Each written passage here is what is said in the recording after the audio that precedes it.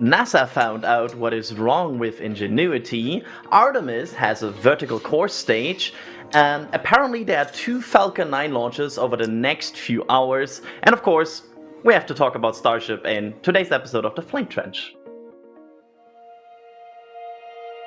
And here we go.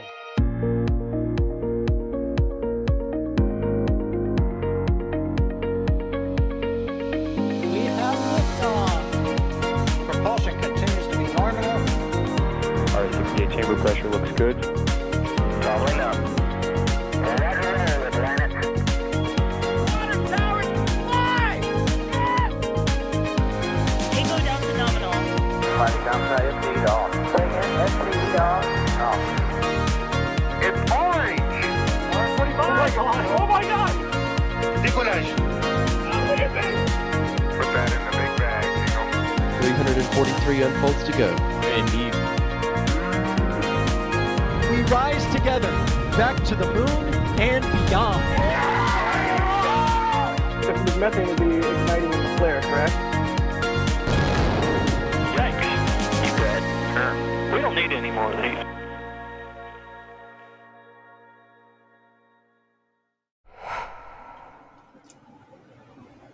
Hello everybody and welcome to a new episode of The Flame Trench, which apparently has a Falcon 9 coming up, so I will go right away and introduce who is on the show today, because I don't know exactly how long we have until we will talk about that sweet Falcon 9. Starting with EJ. EJ, do we have you?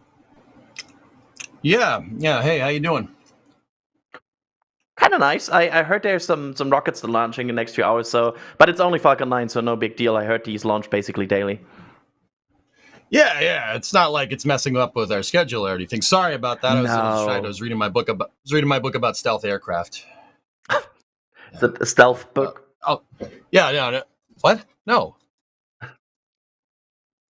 Why would it be like that? Anyway, Falcon 9. Yeah. Yeah, it's a very small internet constellation apparently called Starlink. Not sure if you heard about that. It's a OneWeb competitor. Oh yeah. Yeah. I'm not That's sure good. why I went That's there. good. I'm not sure why I went That- there. I'm dude. sorry. I did. Hey, that's all you, man. Yeah. Speaking of who's not all you, but all me, it's Ryan Webber also on the show today. Apparently, giving us update about Starship today. Hello, Ryan. Hey everyone, how's it going? And it's would you take a cloaking device from like a puddle jumper or something, EJ? Maybe a bird of prey? I'm sorry. What did I do? A cloaking? Yeah. Yeah. That's what happened. Mm-hmm. Oh, it's ITAR protected. That's what chat is. Here, let me show you. You want to see? Look, it's real good. Stealth aircraft. Look at that centerfold and everything. It's great. Apparently, Anyway. yeah, there was a time about 3 hours or 4 hours ago where we had a plan for the show and had like a run plan and everything, and we had an idea what we want to do, and then we discovered there's a Falcon 9 now, apparently, and then after the show. So bear with us here. This will be an interesting journey throughout here. But we promise we will also talk about New Glenn, about Ingenuity, about Artemis, where I heard no spicy take was ever voiced during an Artemis discussion on this show. So.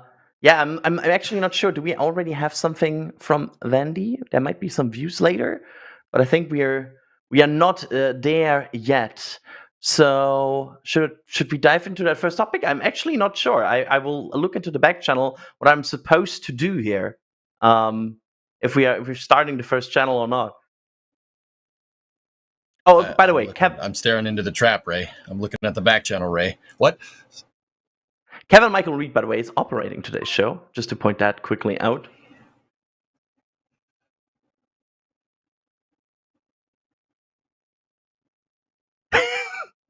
Why not? It's going great. It's going one great. of those days. I also just realized I said that Oh. while I was muted.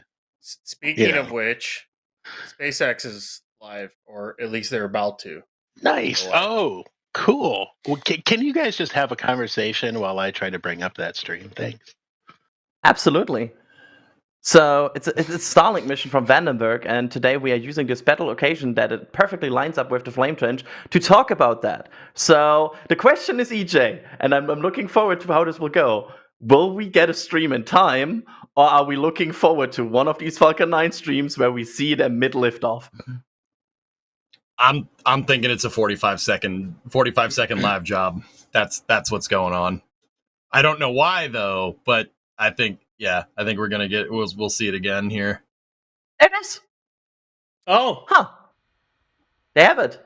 But Well, I so all right. there you go. I guess Yeah. I'm wrong then.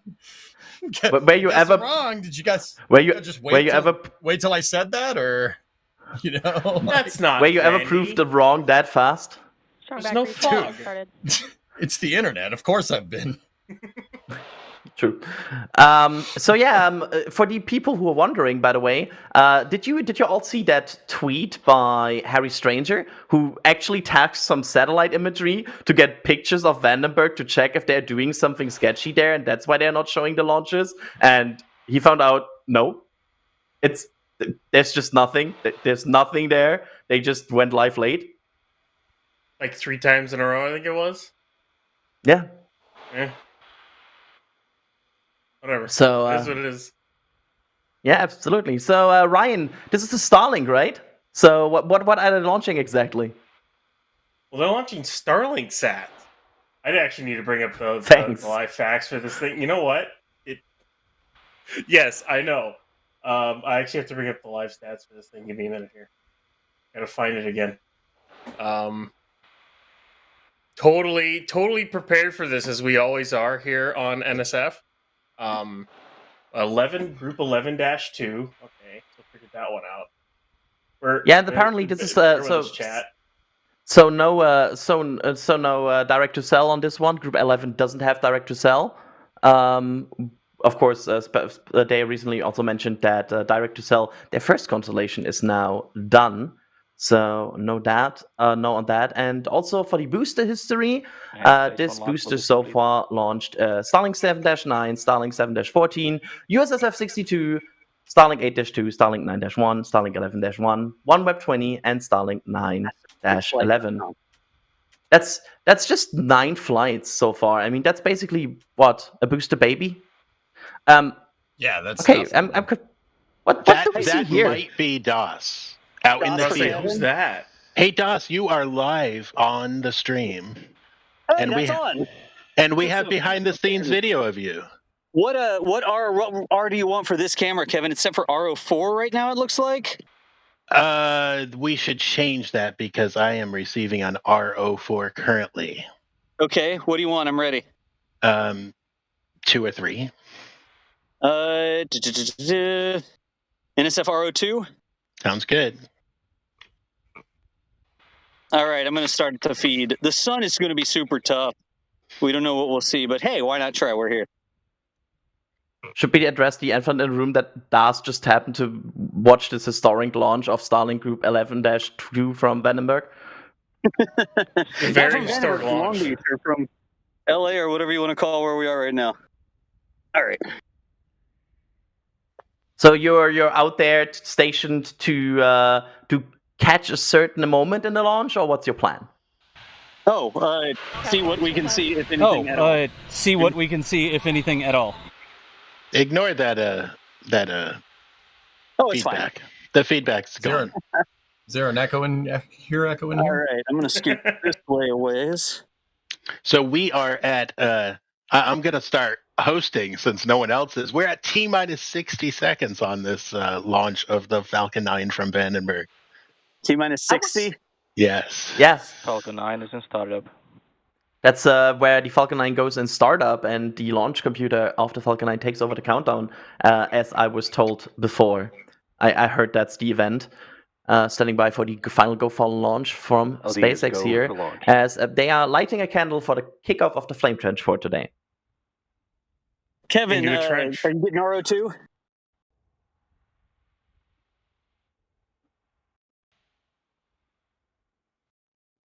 I'm not sure. I am receiving, yes. Excellent.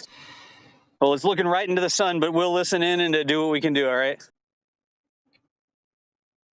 Looking You have audio forward on to that it. as well. This is gonna be fun. Minus 15 Thank you. seconds. 15 seconds. T-minus 10. Watch for the 9, bottom of the rocket where the 8, deluge 7, system and the green flash of 5, T-tap will indicate 4, that the rocket 3, is going. 2, There's the deluge. 1, ignition. There's the T-tap.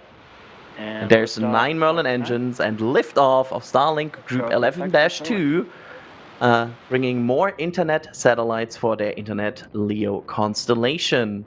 And I was told we have audio, so I'm looking forward to hear audio. Stage propulsion is nominal range.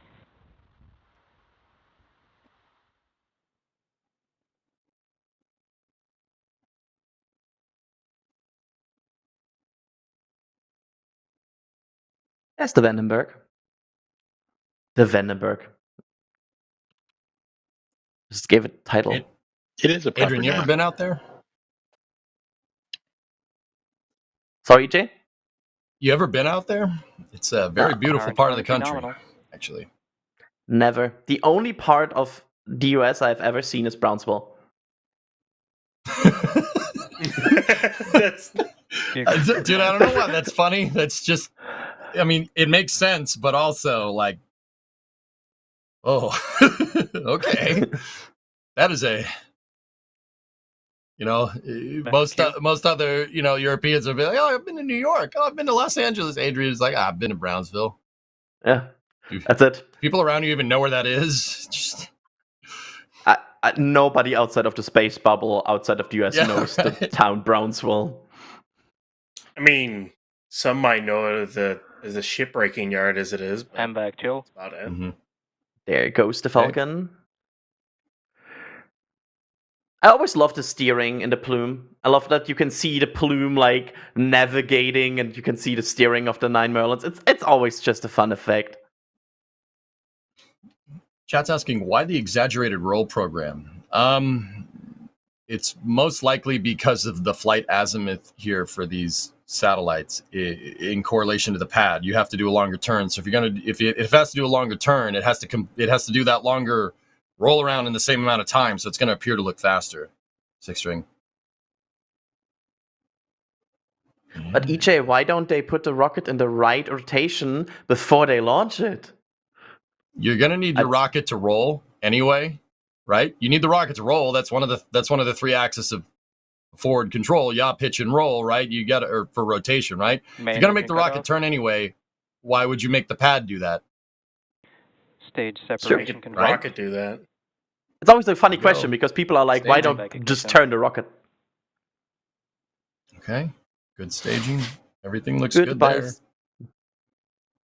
I always love when you can see the second stage like scoot away in the view of the first stage. Yep. It's just speeding. And of course, this one will land on, of course, I Still Love You.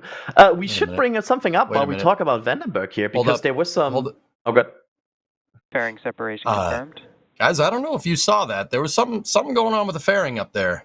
I don't know if it's a newer fairing design or what. I saw something like almost a hole in the fairing. Anybody else see that? There are vents in the fairing, Yeah, not. unless I it don't was a ever different remember a vent being location. there. Dude, it was like midship up the fairing on the side. The vents are usually down at the bottom. Yeah, the vents are down at the bottom. Yeah, I no, didn't that catch was that. not down at the bottom, dudes. That was not down at the bottom. Huh. Looking at Chris Bergen confirming he also saw the hole. Yeah, no, it didn't look like something hit the fairing and punched a hole in it. It looked intentional. I'm just wondering what's that about, because I saw It looked gases like it was going made like into by the a hole fairing. saw. Yeah. One of these very special purpose built devices, a hole saw. Yeah, guys, I'm I will not not- suggesting anything's weird is going on. I watch all these. I don't ever remember seeing that. But then again, it's gotten to the point where we watch so many of these things, it's hard to keep track, unless you're Right. Alex with the spreadsheets, you know? By the way, his birthday today. Happy birthday, Alex. Ah, Um, Yeah. Feliz but cumpleaños, amigo. I mean, not everything that is weird or strange has to be bad, right? Because SpaceX No, sometimes could tries be. to change things because they adjust things. So Yeah, there's always going to be iterations and changes in the design. Like, SpaceX will tell you that Falcon 9, they froze Falcon 9 at Block 5. The reality is that from the high flight rate, they're able to change a couple of little things that don't necessarily require like a name iteration change, right? It's a bunch of just small things here and there. I don't know what that fairing looked pretty new, judging by the carbon fiber on the inside. So, maybe it's something new. Maybe it's a new design or something. And we saw them like implement so many changes already in the last few years on Falcon 9. Remember the stiffener ring? Good times. Yeah. Stiffener ring is gone. Yeah, that's dude, sometimes the nozzle's even gone, just saying. Like that's a weird one. Like, as long as we're there. Yeah, and also remember the shorter interval between main engine cutoff and second stage ignition that they optimized. Then is that beautiful a plane? That's a plane. Das has gone full plane spotter. Das is like, okay, a rocket gun, but there's a plane. But overall, they're certainly adjusting things all the time with Falcon. Because why not, right? If they can squeeze out one more Starlink, that's almost 5% more Starlinks you get on a single launch. That's amazing. Oh, here we go. This is the best part. There's the entry burn, the supersonic retro propulsion. That's my favorite. Do you see the what's entry going burn on anywhere? Stage 1 entry burn shut down. That's my favorite part. Basically, what Falcon 9 is doing there is it's firing its engines not just to slow down, but it's actually the fire from the engines is shielding the booster in a cool column of gas in the same way an outgassing ablative heat shield would.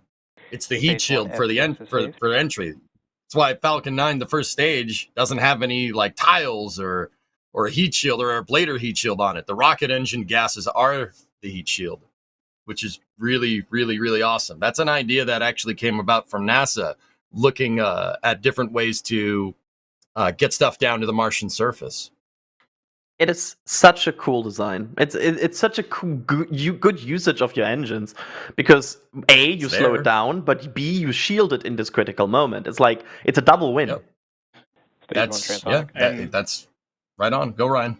I can't wait to see what their solution is for Super Heavy or the Stage bell 2 warping FPS down the speed. line. It's probably something as simple as running engine chill on the outer engines during it. But that particular maneuver on Falcon 9 basically helps prevent that kind of issue on Falcon 9. Yep. There's of course also the reason. Yep. It's also the reason why when you see this booster come down here, it's going to be covered in soot. It gets covered from the fuel-rich gas generator exhaust from the Merlin engines because they're open cycle. It rolls coal. That's what I'm trying to tell you. Stage 1 landing when deployed. All right. Looks like they... Yeah, you see the patch? There's no deluge system on this one. Haven't installed the water deluge on that yet. But... Yep. As Jack Dyer would say, bullseye right in the center. Yeah, pretty good. Nice. It's a beautiful shot of the Baja Peninsula down there. Sorry, Beautiful. It's bingo right in the center. I'm my bad.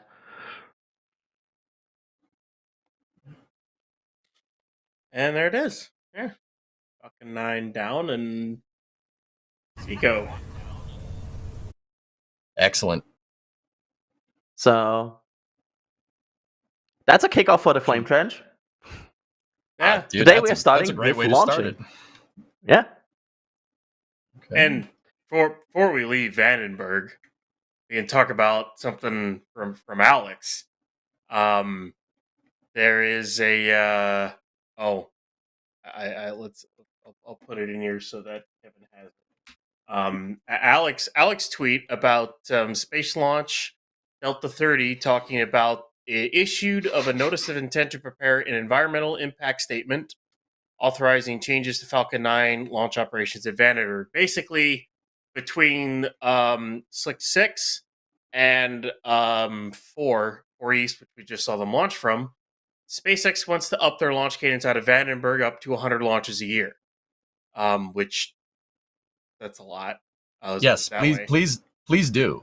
Yes, Yes. yes. Please do that. That'd be great. I'm here for it.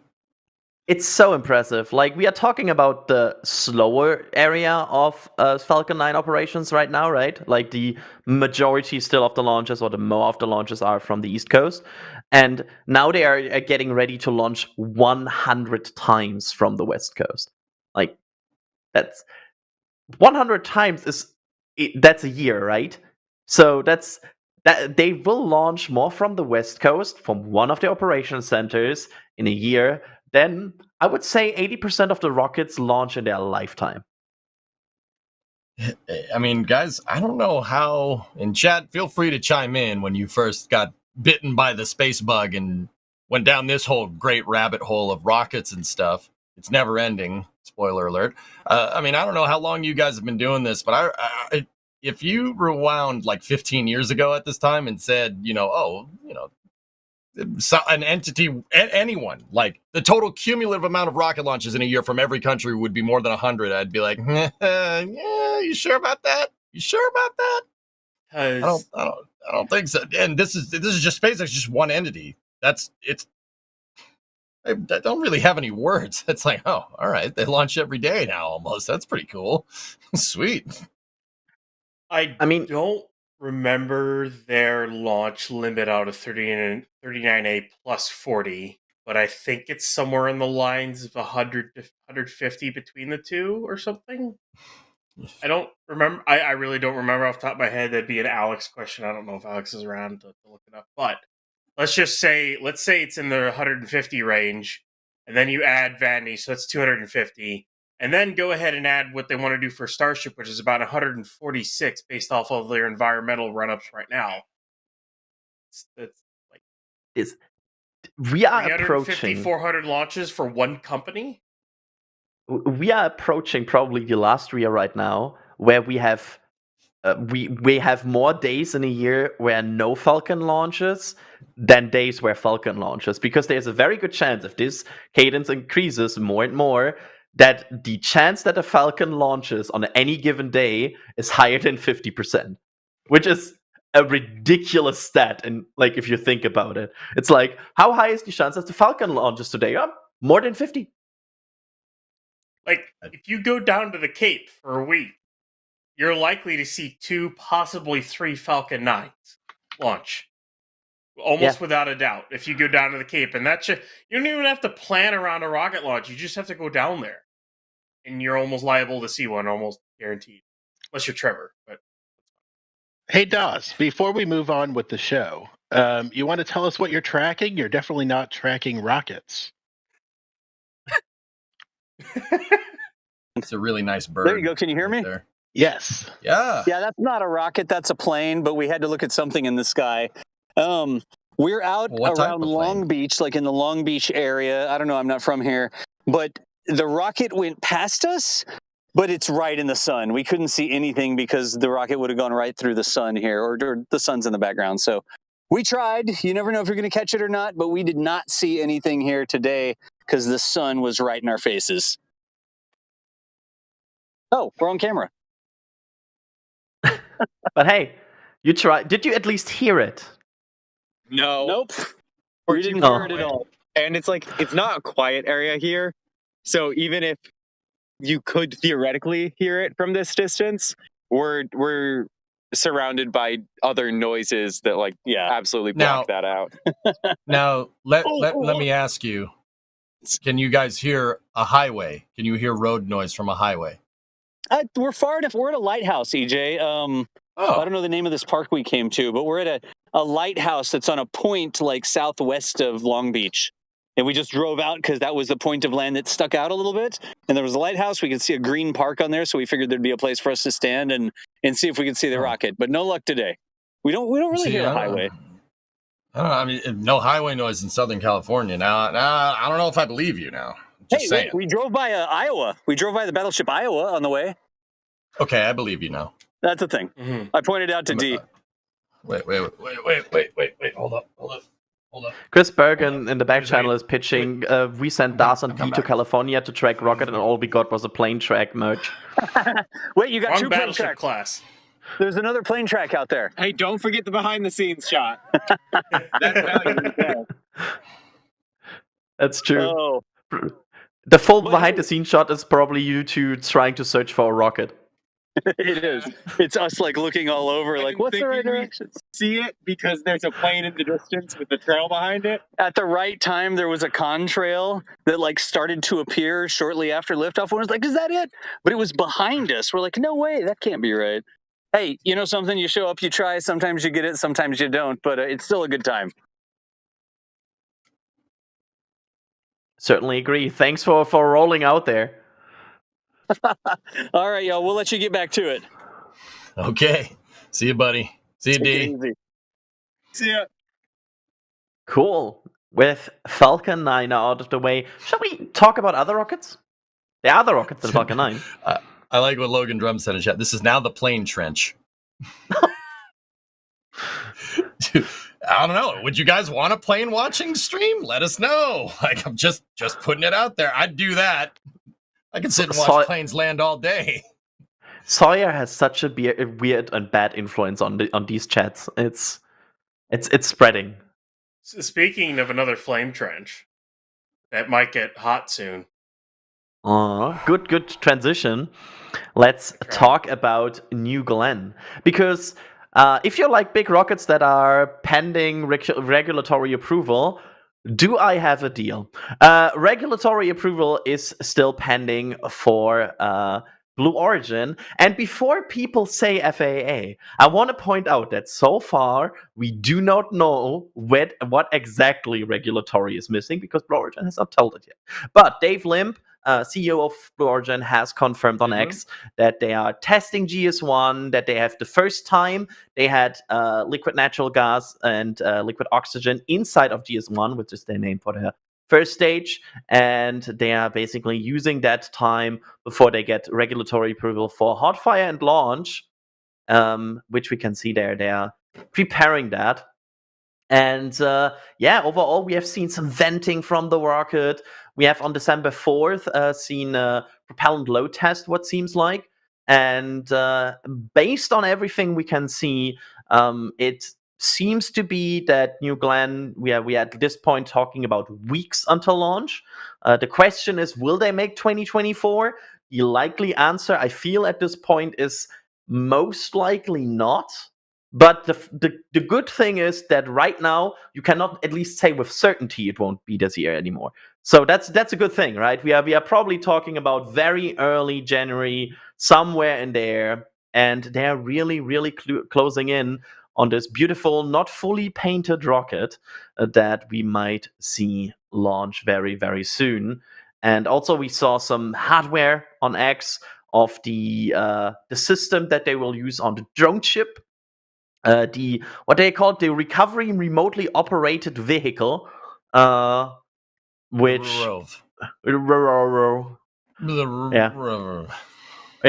which is that there. You also saw that spoiler of there because it's in the background of EJ. So EJ, what does that do? What this thing? Yeah, this thing. Okay, all right, quick, real quick before I tell you guys about this fine piece of equipment here. The flare stack is on at LC36. Thank you, Gage. It just turned on like just a second ago. So this thing right here, the ROV, is basically designed to go up to New Glenn and attach to its umbilical, which is weather got. There we go. It's right there. It's basically going to interface with it and give access to pneumatic systems and help basically save the booster. This is a Pathfinder that was out on Blue. I'm going to call it a drone ship. I know they don't call it a drone ship. If you're from Blue and you're watching, I'm sorry. It's Xerox machine, positraction. It's just called like I'm sorry. It's a drone ship. Okay. They have their test article. This is supposed to basically be replicating the bottom of New Glenn here, the engine section with its deployed landing legs. And what they're testing is that the ROV can find the umbilical and attach to it. to make sure that it safes the booster out. Why do you want to safe a booster after it's landed? What do you mean safe the booster? Well, you got to remember, I mean, Falcon 9 has this to an extent, but New Glenn is carrying fully cryogenic propellants for, liquid fuel and oxidizer. You got cryogenic commodities here. You have to be able to vent that gas. You have to be able to vent that gas before the booster's batteries run out. Or if you plug it in so you can turn the systems or keep the booster powered, you have to make sure that you don't, your propellants, the remaining propellants, the residual, because you're never going to run the rocket engine completely dry. Or the rocket booster dry. That's bad for it. We've seen from how not to land an orbital rocket booster why you don't want to do that. It's not great for it. So what they're trying to do is get this ROV up to New Glenn, attach to that umbilical, keep the thing powered, and get the fully boiled off propellants out of the vehicle before they overpressurize the tanks. Because if it just sits there, the residual propellants are just going to keep boiling, and then they'll pop the tanks like a balloon. That is not good for it. I don't know if you guys know, popping the tanks, pressure loss in the tanks is not great. So yeah, that's what they're working on here. And actually, Blue's making some pretty good strides towards ferocious steps. I've been hanging with Sawyer too much. I'm sorry. Pretty good strides for this New Glenn campaign. I mean, Adrian, you said it wasn't gonna. You said you don't think they're gonna get it this year, huh? I think they will. Most likely. I think they will. I would say. I think Blue has a very, very aggressive internal timeline here to get this thing out before the end of the year. I mean, pretty sure. I'm a well-known fan of New Glenn. If they get it around this year, you will not hear me complain a second. Like I will not sit here and be like, yeah, okay, I hoped it would be next year. I mean, let's be real. Who doesn't want to see this fly? It's a huge rocket. It's super exciting. Look at it.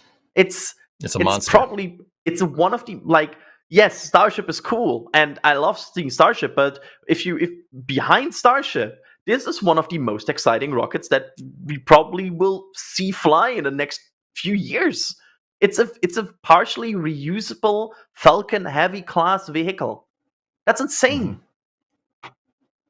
I love it. Yeah, she's a monster. I mean, Adrian, the other thing we got to take into account here is that no one's landed a booster. No one else but SpaceX, right? No one else has ever landed a booster. So we could sit here and we'd be like, man, someone's already done that.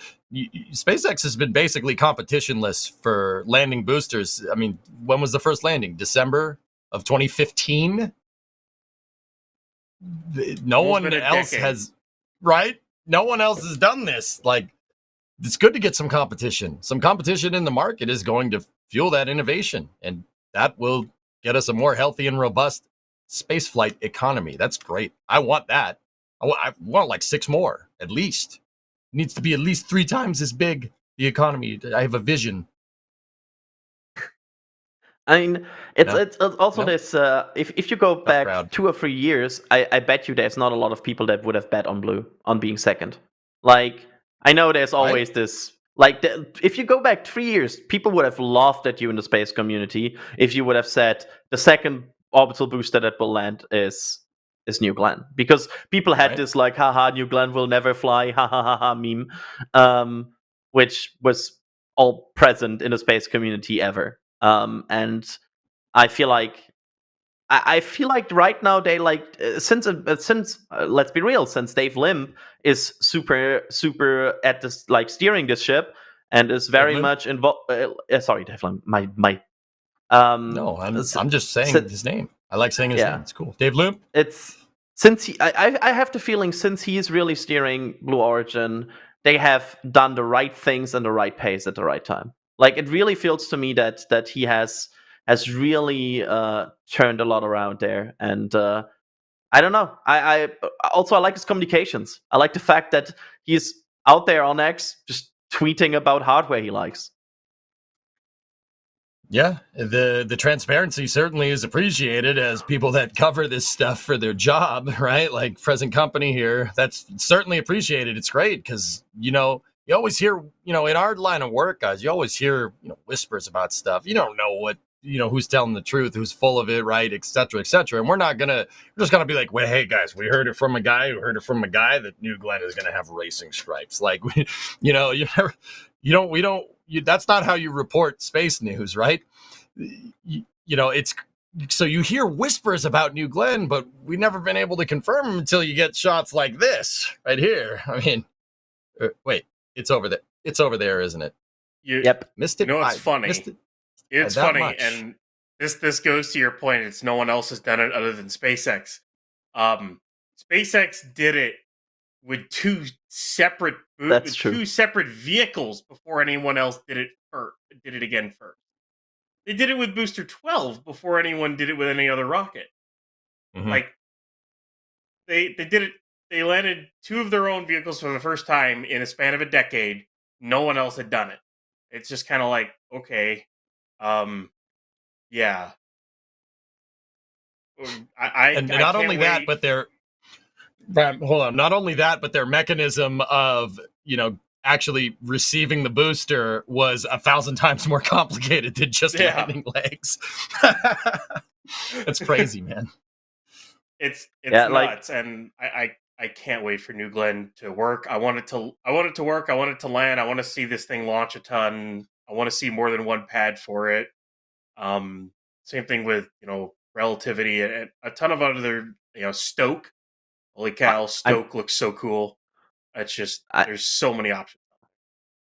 I'm so stoked for Stoke. I know we said that before, but like they are absolutely one of the if we talk about okay, you exclude SpaceX from a who is exciting discussion. Like, you for a moment pretend SpaceX doesn't exist.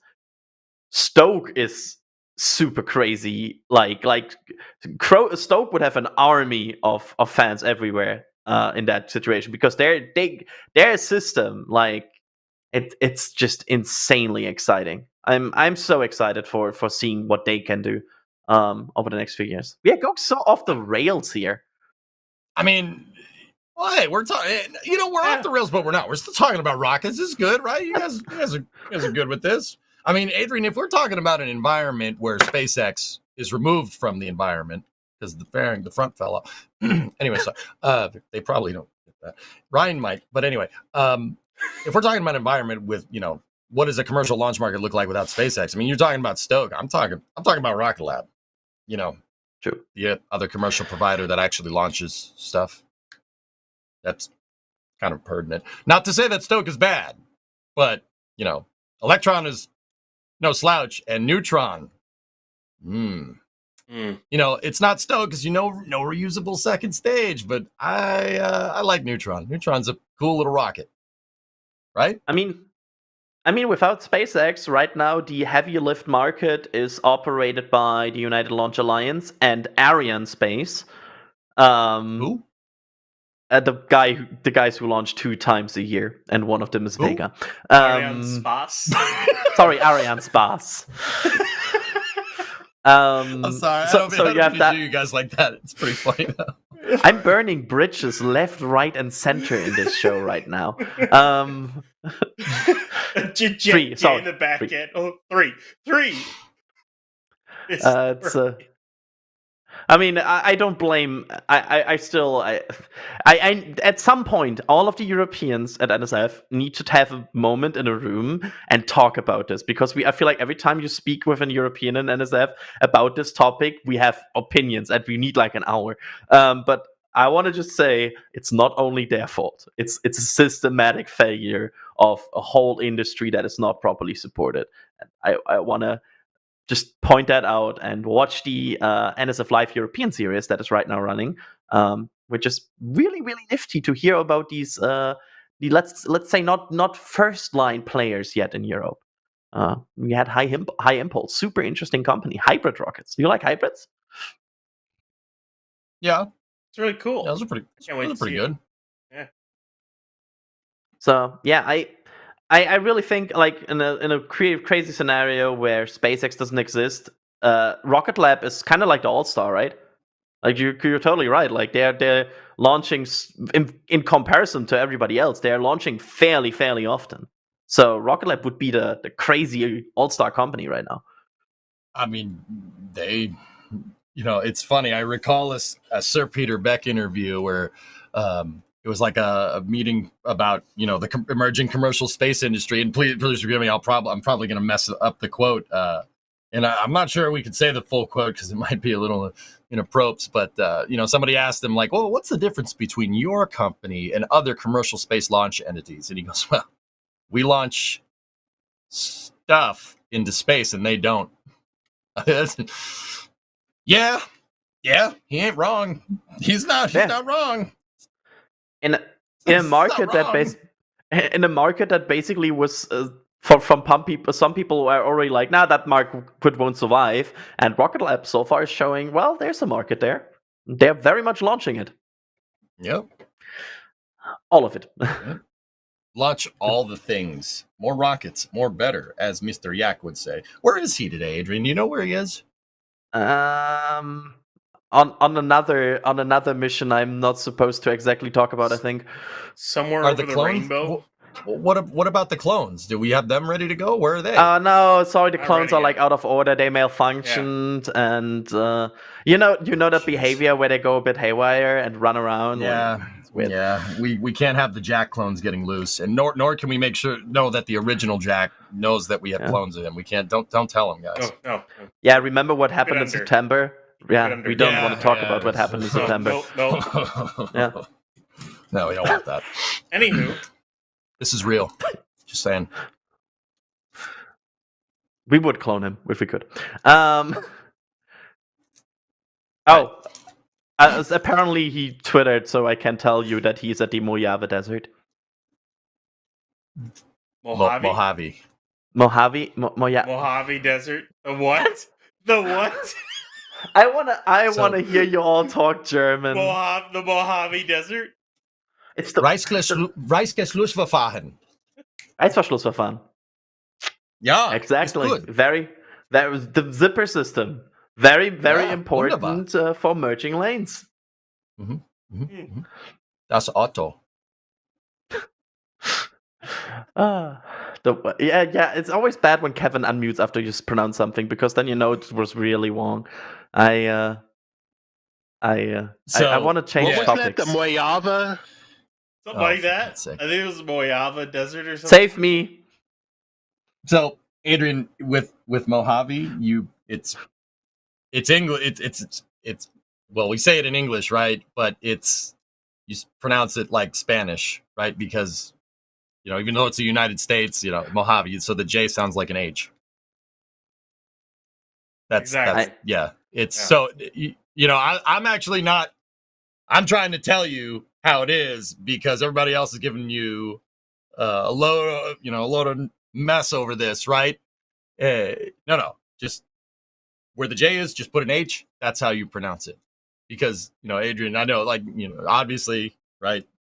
English is a pain in the butt, and then Spanglish is a pain in the butt. So I'm gonna be the constructive person here. English is hard. Thank you. I got you, man. I think we should do one show where all of the US people that made fun. So EJ actually is not in that group because he doesn't make fun of people that but all the people that make fun pronounce like Spanish and German words that Alex and I give them, and then good luck. So it's a thing. Okay. So what's we the talk next topic, dude? Yeah, should we? So apparently. So sometimes we investigate things that don't go right, EJ, right? Like NASA does, for example. But how do you investigate something on the other side of the solar system, maybe or like on Mars, like Ingenuity no longer flying? There were some reports. What happened there? Yep. So NASA released the first ever accident investigation from a flying vehicle on another planet earlier this week. Did they send the FAA to Mars? It's pending regulatory approval. Oh, okay. Sorry for interrupting. NTSB. Did they? I don't know. No. So NASA conducted an investigation with Ingenuity. So Ingenuity, guys, is actually a contra-rotating blade drone that was sent with the Mars 2020 rover Perseverance. Perseverance deployed it when it landed on Mars in the Jezero crater. And the helicopter was originally made for like 30 flights or something. It wasn't really designed to last very long, but it ended up lasting like 3 or 4 4 years. It stopped this anomaly actually happened at the beginning of this year, January of 2024. And since then, NASA has been conducting an investigation. Now, interestingly enough, unlike, another accident investigation, like if, you have, unfortunately, like a plane doing a weird landing or something, there might not be a lot of plane left, right? But with Ingenuity, it's still actually transmitting. It just can't really fly. So NASA was able to kind of take a look at it. Well, JPL, to be more specific, they kind of took a look at it and said, okay, what's going on with this? So they, the thing actually is still beaming weather data back and forth through using Perseverance as a relay. So they were able to figure out what went wrong with this thing. So what did go wrong? Well, Ingenuity, the plain English way of saying it, and pardon me, I'm not trying to, take down from what like JPL does, but the plain English way of saying it is that Ingenuity uses a camera, and that downward facing camera is used to kind of figure out where it is. I'm not necessarily sure if it's what's called the form of relative navigation, but long story short, the thing worked so well and went so ridiculously far that it got to a point in the Jezero crater where the terrain actually kind of changed features a little bit. I don't know if you want to call it a biome. If you really want to, you call it a biome. I don't know. But so because it flew so ridiculously far and performed so ridiculously well, it got to a point where those downward facing cameras, which were trained on the terrain around the Jezero crater, the terrain changed. So it couldn't figure out where it was. So it basically slammed down onto a dune that was actually kind of crooked. And when that thing slammed down, it wasn't hard enough to like break the thing, like the landing gear or anything. It was actually tough enough to actually break the blades. And it snapped 2 blades instantly on the top rotor, and it snapped 1 blade on the bottom rotor, but the 1 blade on the bottom rotor actually didn't snap off initially. When the blades were kind of spinning down, it shot off. So because the thing was built like a tank, apparently, they were able to figure out exactly what went wrong. And how did they figure out how this thing went wrong? How did they figure out that the blade snapped off? Well, obviously it's got a camera on it, right? The thing's got a camera on it. You can see that the blades are in fact not attached anymore, right? But also when Ingenuity did its final flight and it came down and landed, it went into a standby mode because of a power overload. It encountered this power overload because the rotors they were commanding too much power because the blades shot off. So they started spinning really, really, really, really fast and started commanding more and more power, and that put it into a standby mode. So between this thing, which was not supposed to last 4 years, flying around on the surface on Mars, and it actually surviving we'll call it a belly landing, and snapping all the blades off, the thing is still working, and NASA was actually able to conduct an accident investigation from the other side of the solar system to figure out what went wrong with this thing. I think that's pretty dang cool, to be honest with you. And then just, before I pass it off to you guys to see what you guys think about this, JPL actually did talk about their future projects as well. What they learned from this is, well, nothing.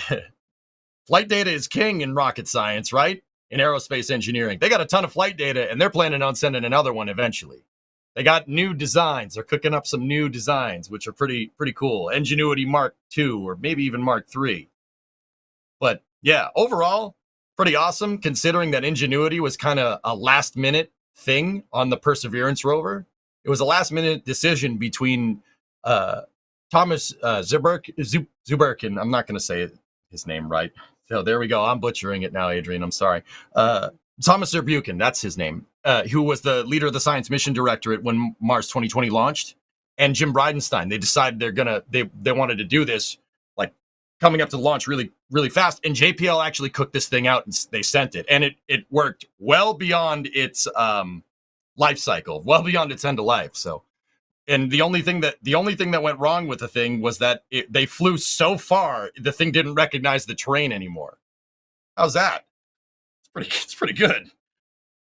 This whole story is the definition of like trying something and making it work, and then finding out how useful this is. Because we have heard now plenty of times from NASA, from JPL, from anybody that is involved in Mars science, that this is an incredibly useful device, and this is a technology, as you said, they totally want to use in the future. So they basically just got this bonus Pathfinder out of this mission, but barely out of there, and this minimum viable product Pathfinder was already so immensely useful for the mission, and it's still useful for that because it's still a weather relay, as you said. Like, it's still transmitting data. It helped. It helped Perseverance pathfind because they got the chance to get aerial footage of the path forward. It's such a really neat, useful design, and I think I really want to mention that this was a really cool show that was conducted with the Interpret Museum and Astrolife, where they had Travis Brown, the chief engineer of Ingenuity, which I mean we can talk a lot about it. I want to point out he can probably talk better about it because chief engineer. So yeah, absolutely insane. That footage, yeah, it's awesome. That footage that you guys saw was actually from an Astro Live. That's what it's called. We have a lot of names for a lot of different things. Sorry about that. It was from an Astro Live a little while ago. Yep. Kevin, if you get the link, or mods, can we get the link? Put that link in chat. That's a great interview, talking to the chief engineer about everything that happened up until this point. It's awesome. Like, the story of Ingenuity is great. I really like telling people about it. I'm not even involved in this project. I'm just a commentator, and it's still pretty wild. The thing worked so well, it flew into areas that it hadn't been like trained on flying in because it worked that well. That's pretty awesome, man. It's also such an important part of like future Mars infrastructure, because no matter how you think about, like, even putting colonizing aside, like, even if we just talk about science base, one of the biggest things that we as like humans that are interested in Mars have to figure out, what's the best way to transport things and to do certain things on Mars. It's a thing we have not done yet. We have not worked on Mars yet as humans. So finding out these Pathfinder technologies gives you more tools once you have humans there to say, okay, this works, this doesn't work. So we already have that in our skill set. It's a thing that we as humanity, then it's kind of like a skill tree unlock.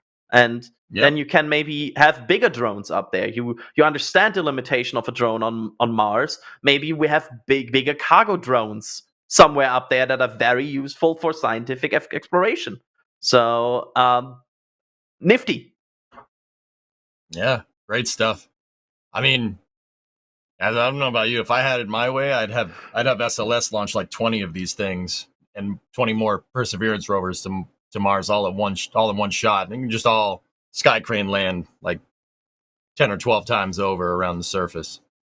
I think this is awesome. This is the kind of stuff that you need to be doing, because you know you're talking about, like, you can see it's a lot better to see stuff up from the air, rather than just a rover that kind of just goes around. Not to take away from Perseverance, but I mean, I think that's kind of the future. Just, I don't know why we never thought of this before. Before, everything up until Mars has been like, all right, just landed and it kind of stays there, like the Viking lander, right? And then you had, MER A and MER B at Spirit Opportunity, and then Pathfinder before that, right? But how come we haven't thought about flying these things? If you can remote control something on wheels, you should be able to figure that out, figure out flying it around. I'm just happy we're here for it. I want to see more of this. This is great. Imagine having like a fleet of drones on Mars, like build you a base. Just that'd be excellent. I mean, it almost like it's kind of like a video game, right? Like a base build, like almost like Surviving Mars kind of style. Like you have an army of little helicopters or something that transport your stuff around on Mars. Yeah, I would love that. I can't wait to see a scaled up version of it. Like, yes, right? Like how much you can scale this thing up to, I don't know, UH-60 size. Are we talking? Osprey size. What are we talking here? Oh, I can dream, man. Don't tempt me with a good time. Jeez. let's go. Let's do it. Yep. I'm game, and I always what I learned from this mission as a person that like covers all of this, like we all, right, is to be excited about secondary payloads, because sometimes these little like secondary piggyback payloads can be really interesting because they are even more risky than the primary mission. Usually, they're like a long shot. Sometimes let's try something, let's do something cool. So I'm always now scrolling down past the primary mission to see what else goes on a spacecraft, to see maybe there's something cool, nifty, experimental on this. Yeah, it's pretty awesome. I mean, guys, I know it's Flame Trench of like, we should kind of be like, oh, I disagree, I think this is bad. No, I think this is good. Like, it's hard to call this one an L in any way, shape, or form. You know what I mean? Like, it's hard to just say, oh yeah, this was bad. No, there's no ding fight with this one. It's just really freaking cool. Yeah, it's like try to find a negative opinion about Ingenuity. Like I don't have any. It's a secondary piggyback payload that just attempted it and it worked. Like how are you trying? I think it was like 5 flights is what it was good for. Yeah. I think it was just literally 5 flights. They're like, we get something out of it, we will. No, we'll get 72 flights out of it and like 11 miles traveled, almost 100 feet in altitude, and all that. It's like, wow. But JPL's always been good at that, at excelling at literally everything they make. Like they have a hell of a streak going. And there are probably some very talented people working at JPL. I have the feeling they're good at what they do. Talented would be an understatement, dude. Yeah, talented would be an understatement. It's a pleasure talking to anybody from there at any time. You know. Yep. It's always so super interesting to see like what they have like cooking up next. As you said, like they it's a bit like they smell blood now with helicopters. They're now interested in more about this. So I'm just curious how much they learned, because what have they have probably more data than they can ever even fully accomplish to go through about this. So imagine what they can do with the next one. Like 200 flights? Let's do it. Dude, I'm in, please make that happen. I want to fly around in one on Mars. Just take it and make it bigger. Just put a seat in it. Let's go. It's like an Inspector Gadget, like having Yes, exactly that. Okay, just making sure that I understand what your goal here is correctly. Oh god, now I want to have that Photoshop, like an Inspector Gadget with an EJ face flying on Mars. Thank you. Use this one. Yeah. Wait, yeah. We are apparently not allowed to tell where, but they are driving somewhere cool. Das and D there. Somewhere if they're in cool. California, it's not cool. It's hot. Just saying. Sorry, guys. I've been hanging around with Sawyer too much. Is this the moment where we shouldn't show the navigation system? Yeah. Be a secret. So we've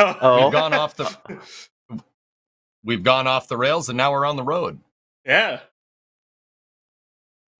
So yeah, you can probably guess that they didn't went there for the Starlink mission. So they're doing something cool. I'm being told. No, they're going somewhere cool. Yeah. So as you said, EJ, it's not California. Yeah. Yeah. Wait, can you say California one more time? Oh no, California? No, that was. I heard some governor in there. Governor. It's just California. Just I'm sorry. I'm sorry. I mean, it makes sense, right? Like I know, right? I'll still say my accent is not as remotely bad as his. Like, what did you expect, DJ? Like, no, I don't know what I was expecting, man. No, like, Arrested Development. It's always money in the banana stand. You know? Oh. Anywho. Yeah, I no, it's not. I will not be Artemis. Artemis, Hey, EJ.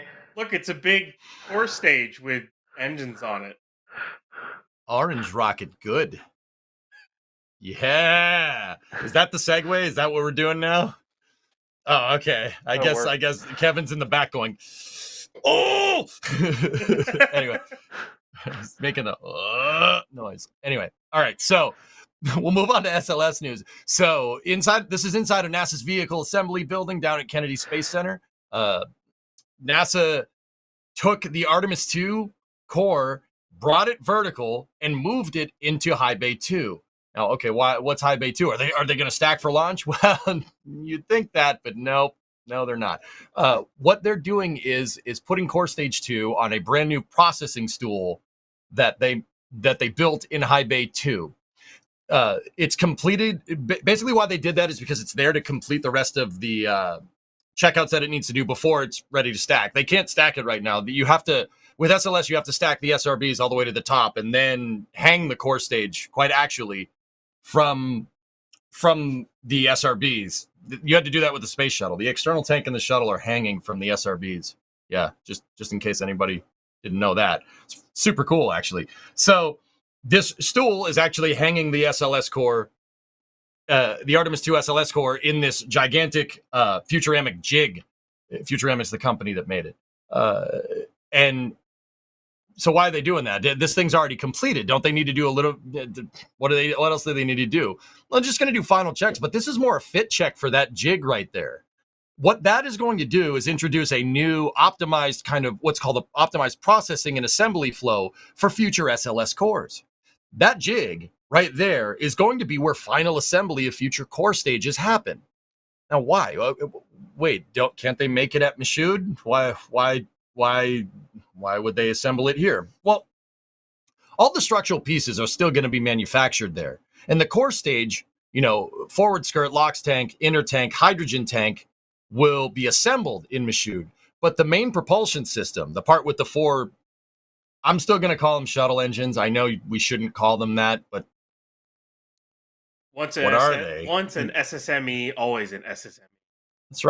That's right. Exactly. Yeah, there you go, man. So the part with the 4 shuttle engines in the bottom is called the MPS, main propulsion system. It was actually, the back part of the shuttle is actually called the same thing. This one just has 4 and it's a cylinder instead of a box. Yeah, fun fact. Because that's basically building the back of a space shuttle that's just kind of external tank shaped, so to speak, right? It needs to be done inside of a clean room environment. Well, they figured that out when they put the Artemis 1 core together, that it's better to assemble it where it's nice and clean because some of these components are pretty fragile, to say the least. So NASA came up with the idea of shipping the manufactured structure of the MPS to the Cape early, putting it inside of the space station processing facility at Kennedy Space Center and doing final assembly there. Once that's done, they ship the completed MPS up the street to the VAB and install it install the core stage basically on top of it inside of that jig. It's actually a very interesting processing flow, but this should, okay, people are going to laugh at me. All right, people are going to laugh at me for saying this, but I'm going to say it. It should allow for a little bit of an optimized flow with future. Oh gosh, why did you zoom in on me? Why did you zoom in on me? Why'd you do that? Zoom out. Put it back. When does this happen in the movie? What happened to then? When? I really need to watch more movies. Sir. You're looking at now. What happened to then? Then is now. Oh, okay. Cool. Anyway, so this, I know people are, this is why you zoomed, this is why I can't zoom in. People are going to give me crap, but this should allow SLS processing to actually ramp up, and there should be a higher frequency of launches, but that is kind of up in the air. Not actually, though. It's kind of up in the air. Well, I mean, we'll see what happens with Rook being in there as NASA administrator. We don't know. I personally think they're going to ramp up SLS, and that is a very unpopular opinion. I believe me every time. Stop doing that! Stop it! Why are you doing this to me? Well, like, stop it. I think this processing flow will help them actually be able to ramp up. This frees up a lot of space at Michoud to stage a lot more cores to be made. Like, I don't think SLS getting... The thing is if you want to make it to the moon soon, you can't cancel SLS. There's no replacement for it. Everyone will go, oh, you put it on a different rocket, put it on New Glenn, put it on Falcon Heavy. Yeah, then you have to come up with a way to put an ICPS plus an Orion on those. And then can that second stage take that weight? If it can't, you need to redesign the second stage. Then you need to get them human rated, and then you have to build the crew arms for the. Yeah, no. It's just it's easy to use SLS, and if you go all Starship, crewed Starship, we're like talking late 2020s, early 2030s for full crewed Starship. I mean, maybe down the line you can do that, but no, they're sticking with SLS. It's the quickest option to get back to the moon right now. Just to put everything to bed. So, yeah. Mm-hmm. I think they're actually going to ramp it up, to be honest with you, because the only thing better than, waiting until Starship is getting to the moon like probably 10 or 20 times before Starship actually does by itself. You use if we do that, we use these SLS cores wisely, right? You have a good run of SLS, it gets to do its thing, maybe in 10 years you hand it out over to Starship and let Starship kind of go from there. But I mean, all this kind of positioning here with, processing inside of the VAB is really kind of positioning the entire like production chain to produce these cores faster. And I think that's what's going to happen. I mean, for how long? Who knows? I don't know. But I mean, food for thought here. The Artemis 3 and Artemis 4 MPSs are already at the SSPF right now. This is the kind of stuff I'm talking about, guys. Like they're going pretty quick. It's pretty cool. Pretty cool to see. Like I know it's weird hearing me say that about SLS. I mean, it's funny because SLS is not the bottleneck in the program anymore, which is all right. I mean, didn't see that one coming. I know. Not to flex some European muscle here, but the ESM-6 is actually in production.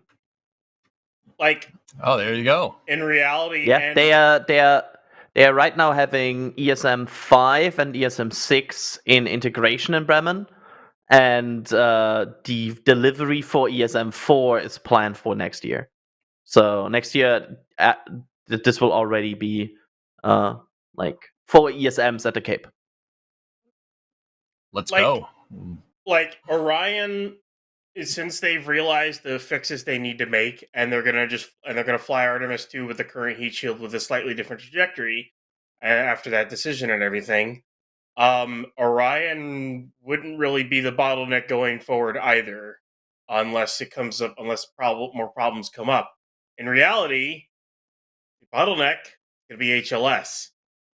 And could Starship make 2027? Maybe. It's a maybe. You think HLS will be the bottleneck in the Artemis program? Unless something major comes up, it's a maybe. The biggest thing is, will the EUS be ready? Or ML2? They're supposed to start, what? I mean, considering the crane they just raised over there, my guess is they're going to start stacking ML2 soon. Question is once you stack that, how close is it ready to launch anything off of? My guess would be 2 years, so 27 would be my guess. I don't know how long it takes them to get that ready. And then, of course, EUS has to get built and made for later Artemis flights. But for Artemis 3, That's a maybe. Maybe on start. I don't mid 27 for HLS. A lot of things have to go right for Starship. To be fair, mobile launcher and exploration upper stage are not needed for the return to the moon. So that's Artemis. They are part of the they are part of the transitional hardware to make this like I'm debating right now what to say. Like this is I know what to say. I know what to say here, Adrian. Okay. Yeah, please. I think Ryan Weber saying HLS won't be ready is his eternal pessimism about SpaceX timelines. Did I say it wasn't going to be ready? I said it might be ready. I said it could be. I didn't say it wouldn't be. Hey, I didn't straight up say it wouldn't be. There's a lot. We can tie this into the Starship segment that we have coming up anyways, but you tie this in here. You look at where their production is at right now. Like, okay, they've got 33, 34, 35, 36, 37, and the header tank for 38 going right now. Plus the boosters. Oh, look, it's a FedEx truck. Do they have the FedEx truck? This is such a weird like play in that we get from time to time. Strange flame trench here, man. But let's well, we'll figure out where Das and D are going here. But I'm not sure if we figure out to game it out. Should we try to figure it out? They're stuck in traffic. They're in Southern California. I think that's all. I feel like the answer is they're behind a FedEx truck. Yeah, it's good. Okay, it's Chrysler. Okay, all right. Then all right. So for Starship, they need a prop transfer, which hopefully next year, mid to end next year, I guess would be the hope. There were hints, which were kind of interesting, that at least during that NASA presser about the Artemis 2 and everything, that they might want to do a dual launch with a Starship to test out some stuff between Starship and Orion, which would be really, really cool to see. That would probably be with a full Block 2 stack. I would hope that a Block 2 booster would be ready by then. And then they need to get a depot ready. They need to figure out HLS. And then my guess is the HLS would launch from 39A. That pad should be more than ready by then. That pad should be ready by end of next year is when it should be ready by. And then you just have to get the Roberts Road facility, which should be ready enough to build a vehicle or two or a couple of vehicles by the end of 26, I would say. So, yeah, they can make it. A lot of things have to go right, but they can definitely make Starship HLS landing by mid-2027. But will SLS be ready? If the timelines for their construction for that are still going well, then, I mean, for once, NASA timeline might be on the money. For once. There you go. You know what timeline also is on the money? I'm sorry, that FedEx truck worked way better, but that FedEx truck probably also has some NSF Flight 6 patches we are now shipping. I can finally say that. I'm so glad I can say this. The patches are in the warehouse, and they're finally shipping. I see your reactions. I see your camera reactions. I like that segue. But yeah, there you go. It's finally in the warehouse. It's shipping.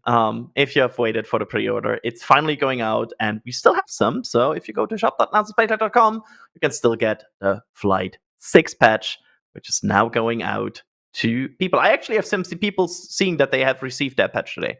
So people have it now in their hand. That just wanted to point that out. But yeah, I'm kind of. It's so hard to predict what will be the long pole item for Artemis. I feel like everything you say as a commentator will be wrong anyway. I just hope there's no long pole item. Can I just say, like, this is me here. Like, no, my prediction is there will not be any more long pole items. We will launch when it's due. There you go. Adrian, I'm making I a have a statement. question. Go ahead, EJ. Go ahead, EJ. I was gonna say, are we also offering our optimism classes that Ryan has been taking? Can you guys tell? It went from no, it's not going to happen to him, might happen. He's been taking our patented NSF optimism classes. Hey, Every time fantastic. every time you look at an NSF stream, by the way, you see a Falcon 9. It happens all the time. Especially right now, I think, because there's a Falcon 9 right in front of them. That's hot. They're on, dude. Yep, that's Hawthorne. That's Hawthorne Airport. And I saw that booster land. Really? Yeah, I was there. I saw that thing land. I saw that land, he says casually. Now, yeah. All they need to do is put right next to it Booster 12. I don't know how they're going to get it there, but they need to find a way to get it there. Yeah, so that's the optimism I like, Ryan. There it is. Yeah, baby, let's go. Okay, here I am pessimistic. SpaceX has so far shown no mercy to vehicles in Boca. That's true. They will scrap Booster 12. Mm-hmm. I'm sorry. That's Booster 1019. If there was one vehicle from the Orbcom 2 mission. But, you know. Yeah. Ryan Caton in the back channel saying it's such a coincidence it landed right at their HQ. That's why they built the HQ there, because their booster landed there. That's how that happened. Yep. They're on Jack Northrop Avenue right there. That's pretty sweet. That's a lot of construction zone. What? I still don't know. We are. Go ahead. I was gonna say, that's fun fact. You know what? Hey. Oh. Sorry, it's interrupted. That's a booster. No, you can interrupt me for that. That's fine. Is that 91? Well, I can tell you that it's a Falcon 9. Thank you. I see engines. I'm trying. I actually don't know where they're at in terms of boosters. Dude, what a monster! You don't get that perspective seeing that thing just hanging out next to automobiles and stuff. It really is a big piece of equipment. And to think, you look back at 1019 there, the one that's upright, the first one that SpaceX ever landed. It's like a 15-story building. We just watch this thing come down and land casually like every other day. Whatever. Is this still SpaceX facilities or is this other companies? So that's what I was actually going to say. They're on Jack Northrop Avenue. SpaceX actually bought facilities that were parts of other aerospace companies. I bet you can't guess which ones. Is it Northrop? Originally, yes. Yeah. Mm-hmm. Oh. Yeah, and then these were facilities for building 747 sub-assemblies, if math serves me left. It's a subcontractor called Triumph, I think. I could be wrong. That's Das staring at a truck. There we go. All right, cool, sweet. But yeah, so they these are passed SpaceX. Well, a lot of this is still SpaceX, dude. A lot of it is still SpaceX basically just ate up all of this. See all the? I mean, you could tell because of all the Teslas. There's Teslas everywhere inside of that fence. They're smart. Are we getting to will we get to know where they turn right? This is running parallel to Hawthorne Airport, so it's a long straightaway till you get to another crossroad. Oh, they use the same kind of signs there than they use in Boca. That's my thing I now just noticed. The same font and everything. So standard. Yep. I learned something today, okay? There you go. That's the same font. You can tell it's Gate 5 because of the way it is. Yeah. Yeah, you can. They could have also written it's not Gate 4, it's not Gate 6. Guess what it is? Well, there's Gate 6 right there. Yeah, yeah. There's a couple of pneumatics trucks over there. Whoa. Oh. That was a bump. That guy was testing his suspension. That was a 2002 Honda Accord sedan. There you go. Yeah, very nice. The Honda Accords are great. I have one. Yeah, that's the 6th. What generation? I have 24. Oh, yeah, that's good. That one's a little older. I had an 06, a V6 06 for a while. Nice. A couple things decided to conk out on it. Oh, apparently we missed the Raptor truck. That's what Das was looking at. Yeah. It was the truck with the darker trailer on the left side of the road. Yeah, it would have been a kind of a cloth covering is what those trailers are. Yeah. No, I see that, chat. No, NSF is not planning daily drive-bys of SpaceX yet. Although, we should. I mean, we could. We totally could.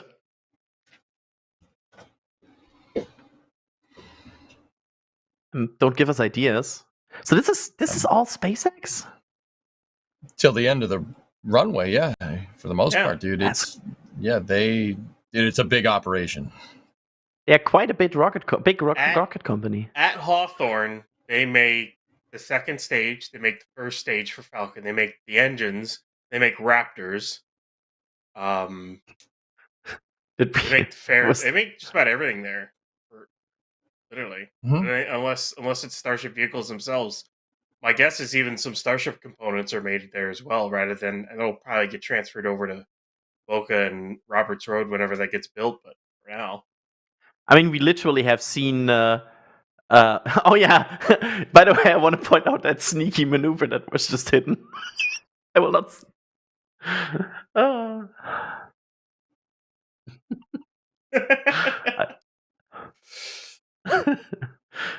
Das is a very safe driver. That zoom to the dashboard. Okay. Let's spot for the Raptor truck. We didn't see anything. You know what else SpaceX makes? Starship? Besides rockets, satellites? Oh! Yeah. Maybe. Do they make it, though? I don't know if they do. Yeah, ship 33, which spin primed so far. I know that earlier today we saw activity. Was there so far any signs that they might go for static fire today? They're not. If you look over at Massey's right now, there's venting, but it's tankers offloading. There's a bunch of workers that are still there. Road's not closed for that. So unless they do it really late at night, which, as far as I know, they're not supposed to, not allowed to, technically, according to the PEA, but it's SpaceX soon. Who knows? Anywho. Yeah, there it goes. Oh, they're going back by SpaceX. We are continuing our SpaceX drive-by. Wait, that's another word that I shouldn't say, right? Yeah. I'm sorry. Yep. Yeah. Especially in LA. I'm sorry. I'm not native. No, it's good. It's good. It's another FedEx truck with NSF patches. So, Adrian, here's what we'll do. To offset this. Me and you will go to Technic Museum Spire or Sinsheim or something, and we'll be streaming around, and I'll pretend like I understand how to pronounce everything, and all the European viewers can laugh at me. How about that? I mean, yes, but I think the most exciting thing for me here would be that we meet up at Spire and I get to nerd out about all the cool things at Spire. Because if you're ever in Germany and you like rockets, go to the Technical Museum Spire. It's amazing. They have a shuttle. Just saying. Yeah, they have a very good shuttle. Yeah, it's pretty okay. GLI. Is that wrapped? It's a black truck. Is this what we're doing? We're just parking behind the truck. That's usually what they use for the Raptor truck. Usually. maybe we shouldn't do that. Maybe we should keep going. Or either that's Raptors or that could also be Starlings. I mean, it could also be pipes, for all we know. I don't know why they would have Starlinks down there.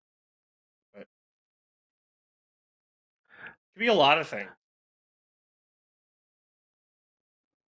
It's a covered truck. So Are we following it to Texas? No. no. I'll do it. Anyways, Ship 33. Yeah, as Adrian was It's- saying, it did a spin prime last night.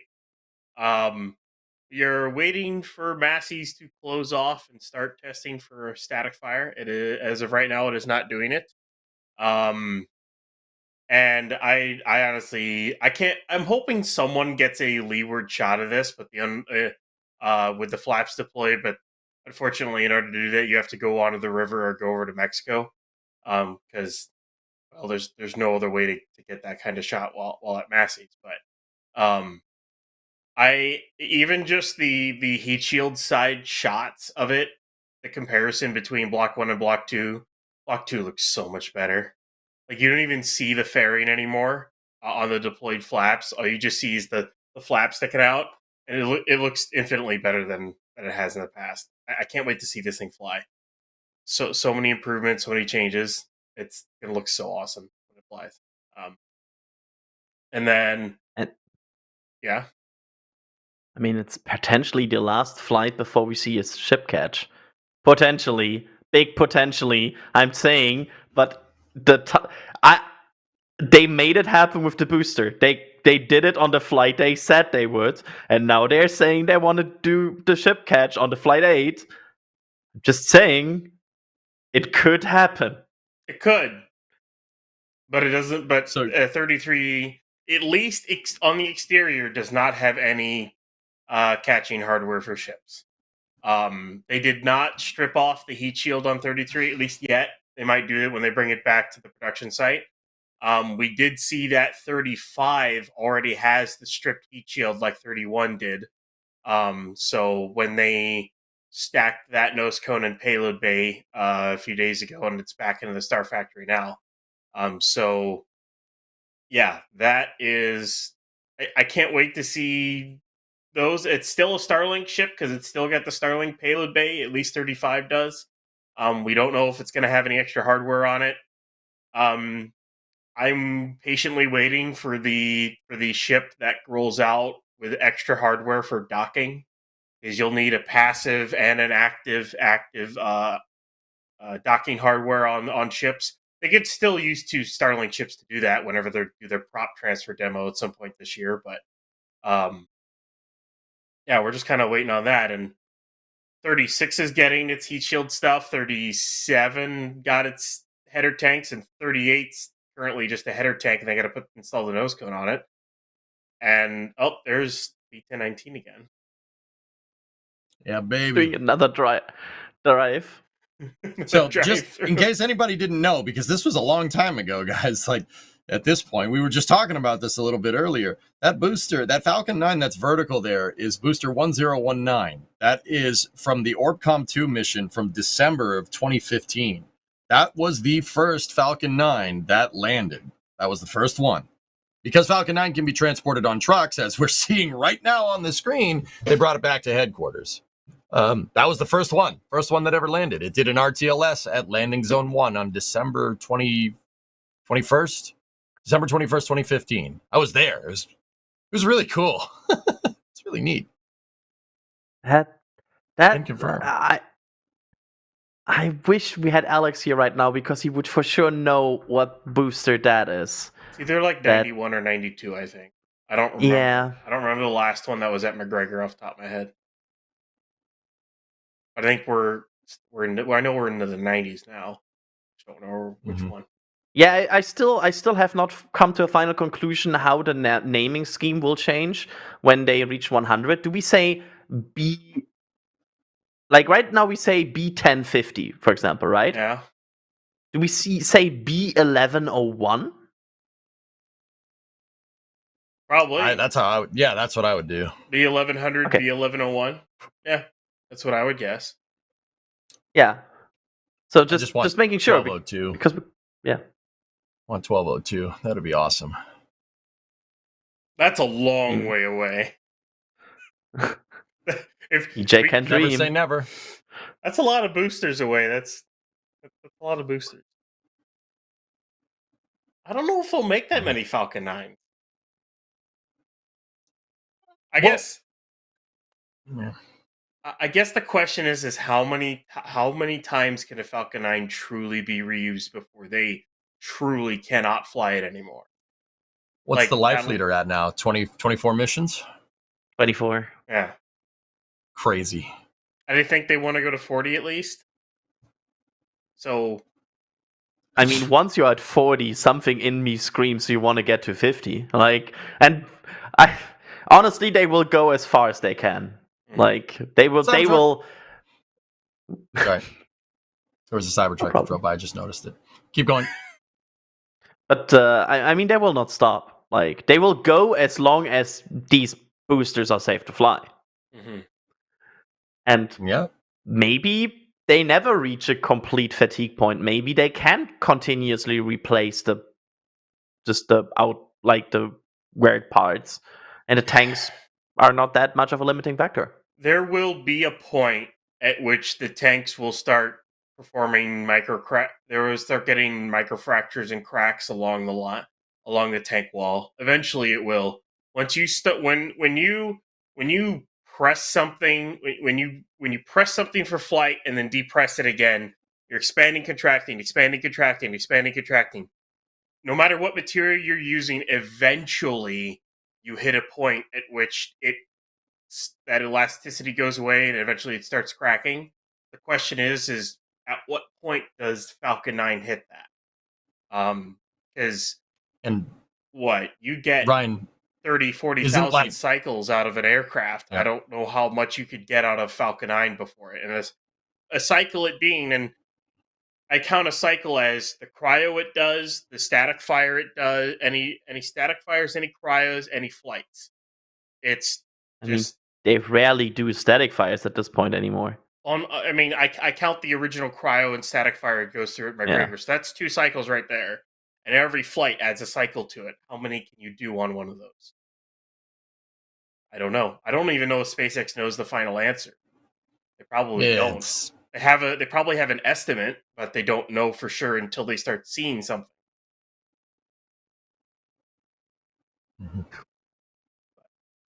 Yeah, man. I mean, and once it cracks, Ryan, that's it. Oh, Like if you're gonna, you got to cut it out, right? Like there like 737s where the Fowler flaps have cracks in them, and the solution is just got a hole in it. Yeah, that's the other thing. Could SpaceX do a patch? Could they, in theory, if they've got a crack in a tank wall, and this goes for Starship as well, Starship would be even easier because you can weld it easier. If you fly these things as much as you're flying them, could you then cut out that section of tank and put a patch in? Put a doubler in? It'll add weight, but could you just do that and then keep flying it? And you do that to the aluminum body? I mean, they would have to come up with something for it. I don't see why not. I can't confirm it.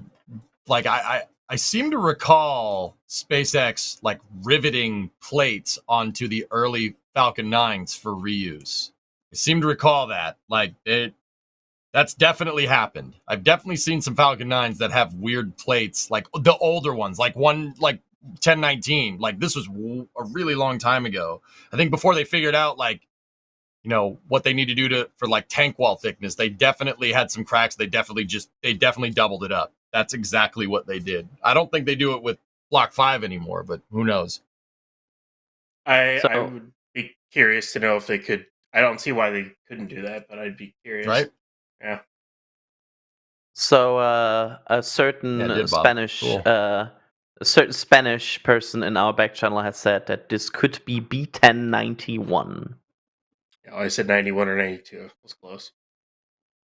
1091 on the road, 1019 standing up.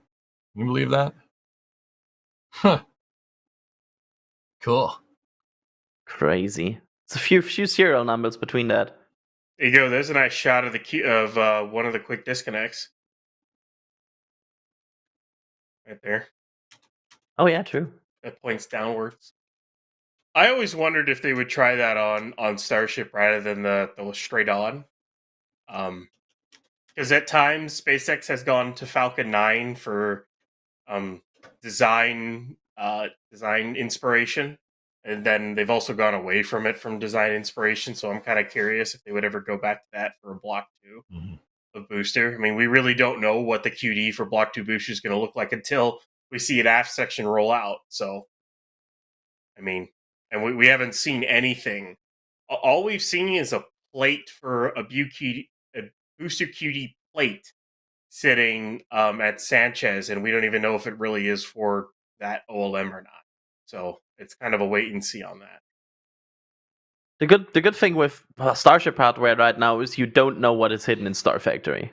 Like, for all the like, we don't know a lot right now, for example, on the booster Block 2, but we also don't know what is in this giant complex that is Star Factory, where there could be weird ring sections in there. There could be Pathfinder hardware in there. We just wouldn't know. And, I mean, there could be a moment where they roll out a part and everybody that observes this program is like, that's new. Like when they rolled out that large cylinder, almost like a tank, which when they rolled that out, I'm like, okay, if we put that together, they could now have a landing tank for boost back and landing burn inside, or at least a header tank for both of those for booster going forward, which should be interesting, to say the least. I think the TLDR for me right now is, have we seen concrete evidence of a Block 2 booster being in production? Not yet. Am I 100% sure that there's Pathfinder hardware somewhere in Boca already being assembled and worked on? Yes, for sure. Like, they are, they're certainly there. It's just a matter of when they will do it. Speaking of boosters, we have not acknowledged the fact, by the way, yet that they have static fired a booster this week. You know, and then rolled it back. Yeah.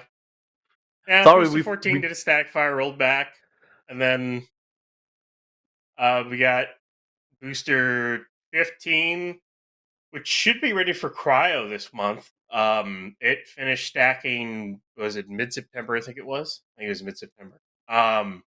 And then Booster 16, which before we got to the Starship section, they rolled out the final methane tank section of it and rolled it into Mega Bay 1, which means it should be stacked or the process of being stacked. Once that's done, they'll then put the methane tank on a stand, disconnect it from that bridge crane, connect the other bridge crane, and then stack it on top of the LOX tank.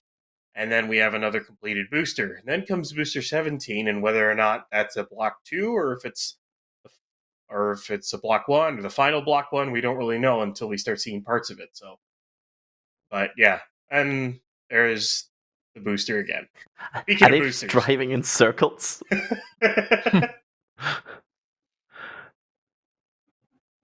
But yeah, they are. I mean, B16 is very much in stacking progress at this point. Like, they are rolling out more and more parts of it, right?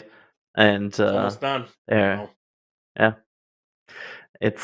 we will have another booster almost ready yet. Well, like stacked, not ready. Sorry. They went a long way from that over there. You guys remember? You kids. I mean, look at that. That's not like if you guys are newer to watching like SpaceX, if you're newer into spaceflight, did you guys see how the nozzles on 1019, they're all like chromed out? That's how it used to be on the older versions. They were super, super shiny. They don't look like that anymore, but yeah, I forgot about that aesthetic. That is a whole vibe, as the kids would say. I mean, at least it's an Octaweb one. Imagine it was still the tic-tac-toe field. Oh, man. Oh, jeez. Yeah, I remember that. That, woof. Yeah. Woof. It's getting crazy how fast they are at this point at getting a booster out there, putting it on the OLM, static fire in it, and getting it over there. Like, if you're away 4 or 5 days, you're kind of missing a whole booster test campaign. Like, let's see here. Right. They rolled it out. They rolled it out on the 5th. Put it on early that morning on the 6th. They did a spin prime / tanking test on the 7th. Then they did the static fire on the 9th and took it off and rolled it back on the 10th. So, considering it was the night of the 5th, I will call that 4 days or less. But I love, by the way, that in this static fire you can really clearly see their ignition sequence. I always found it fascinating because you can see them spooling up the first spark, and then they go from, what is it, from 11 to, no, it's more. They go from 13 to like 20, 25 or something, right? In the second. It's No, crazy jump. It's like 11. It's like 11, 13, 5. Yeah, because you can see, especially in that one, if we can roll that back a few seconds to the ignition sequence again, Kevin, if that's possible, you can see how it like the first and second. Look at it. First and boom, there's the second ignition where it like ignites all of these second parts of the engines. 13, 15, 5 is the sequence. Jeez. And Kevin, I have always said they've been going quicker and quicker on testing, not on the stacking. Still takes a while. I mean, Ship 34 took them 2 months to stack it. However, they seem to have figured out how to actually kit out the ship sections a lot more during stacking. Like for example, with Ship 33, with it already.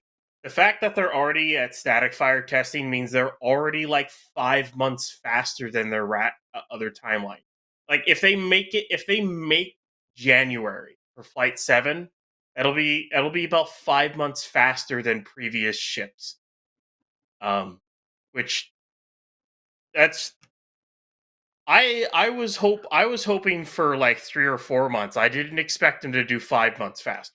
I didn't. It's great. As Kevin says, I'm always wrong. So there you go. I'm always wrong. Yeah, Ryan, we're on the internet. We're always wrong. Yeah, that's true. We're right. And to be fair, we always give Ryan a bit of like talk about like him being the more pessimistic. But honestly, historically, if you are more pessimistic on SpaceX Starship timelines, you're usually more correct.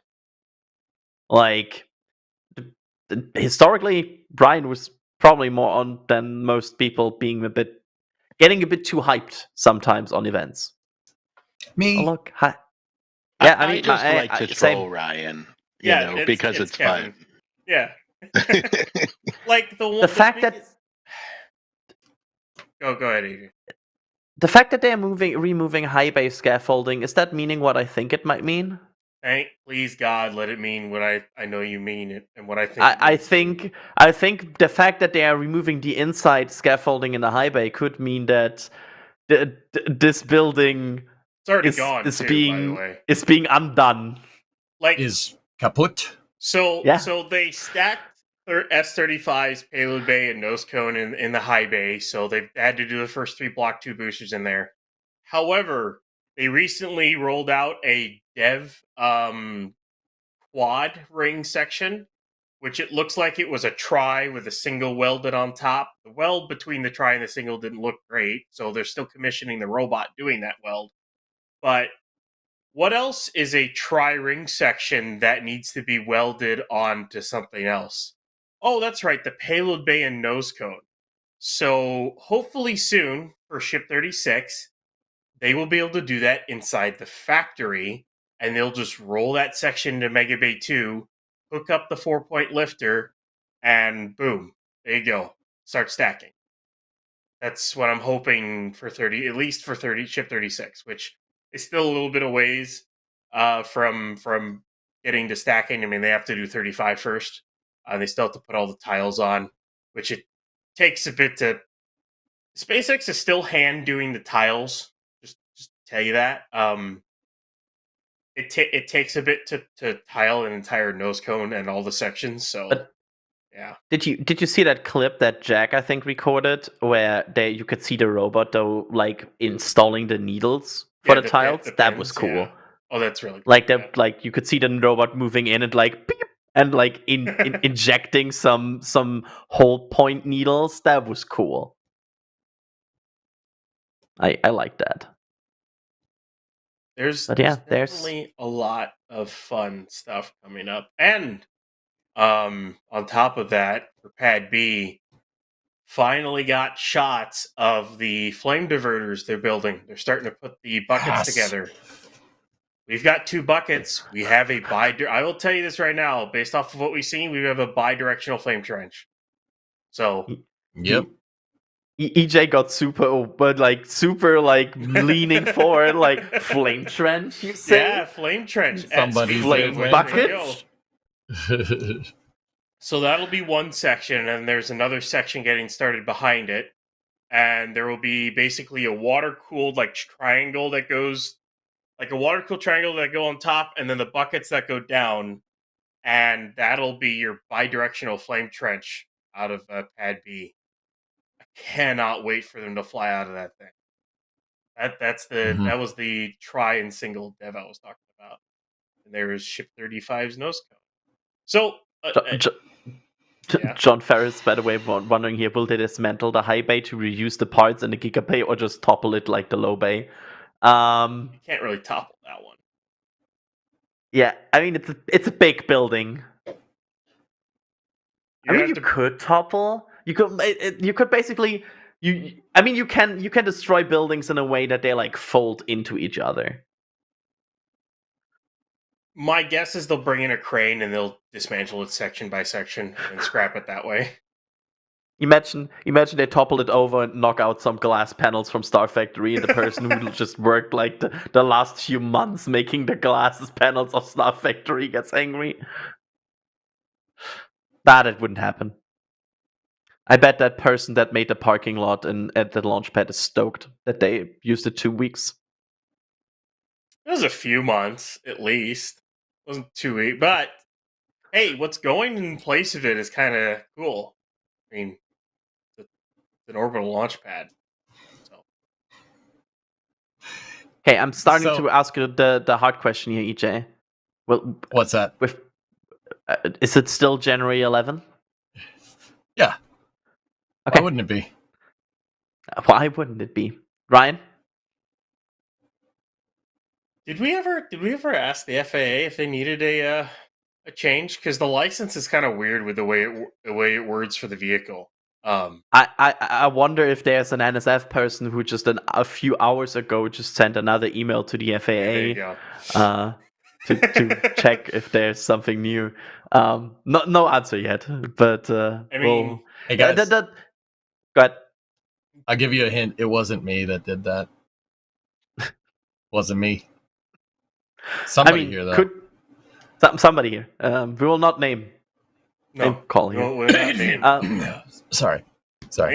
But it's so just to explain the wonkiness here, because it's like maybe some people are like, well, what's with the license? So the problem with the license is that they only need a license that if they basically have major modifications.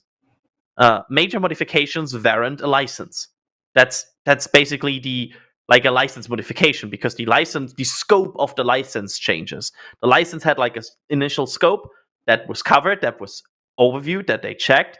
And once that scope changes, that's when regulatory bodies come in again and be like, let's check if these sound analysis and if these explosion analysis and everything are still fine. And since this is a bigger vehicle, which means probably the prop load has changed, and also there might be some other things about the trajectory that have changed. There might be some minor scopes that have changed here. I doubt we will see like a month-long back and forth with the FAA. I think it will be, if it's something, it would be days.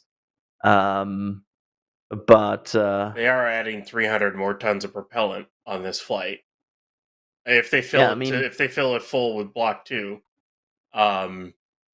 So yeah, that's just the real question on is that enough of a change that the FAA requires another launch license, which I think it does, but honestly, I'd rather hear from the FAA straight up whether or not it does or doesn't. So I just checked this, by the way. They are adding 300 tons of propellant, or as other people, like apparently one Rocket Lab Electron is 13 tons. So you can do your math how many electrons they are adding in terms of. Here's the funny thing. SpaceX once again is going to set another record for the biggest rocket ever launched. Again, because it's now taller by an extra ring. I mean, that won't change in the next 10 years. Like, in the next 10 years, 5 to 10 years, they will probably not a bigger rocket than Starship ever. And it would just be Starship setting its own record. Yeah, it's just going to keep breaking its own record as they stretch and stretch it. Like, it'll set it again once the Block 2 booster comes out, because the Block 2 boosters can be like one of the 3/4 rings taller. So, but yeah, they're just going to keep setting and breaking their own records again and again. It's just kind of funny. Speaking of records. Yes, Kevin? Yes? We might be breaking our own record tonight because we have the Flame Trench, and we are going to send our audience directly into TWIS. And then TWIS is going to send our audience directly into the Falcon 9 launch at Cape Canaveral.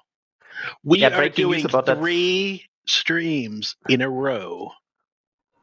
3. I'm actually doing 3 in the air, even though you can't see it today. Technically, it's 2 in the video. Yeah, but it's a premiere, so it's streamed live.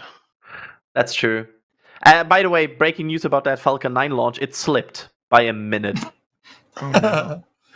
That means I have to make the premiere slip by a minute, and we need to go for a minute longer. Should I, by the way, I want to quickly thank some people because we got some support that we didn't acknowledge because we were so involved in the conversation today. And honestly, it was a wild ride today. You have like 4 minutes to thank everybody. I have 4 minutes? Go. Okay. We'll start. Cassidy Scott gifting 1 Red Team membership. Thank you so much for that. Also, Cassidy in a super chat saying, "Hi, all at NSF. How are you all?" I feel like that was a very good question for the beginning of the stream, but I'm doing good. Well, I'm doing fine. There we go. Everybody's doing good. Then we also have a pet red number from something I cannot pronounce. I will not even try. Then we have Cassidy with another Red Team membership gifted. Thank you so much. Then the Space Pope coming in with $50 of super chat. There's the sound effect. Saying, and that was important, bless this trench. Thank you, Space Pope. Space Pope also coming in with another super chat saying, officially the hole is a banana escape hatch. I'm not sure if the fairing hole is a banana escape hatch.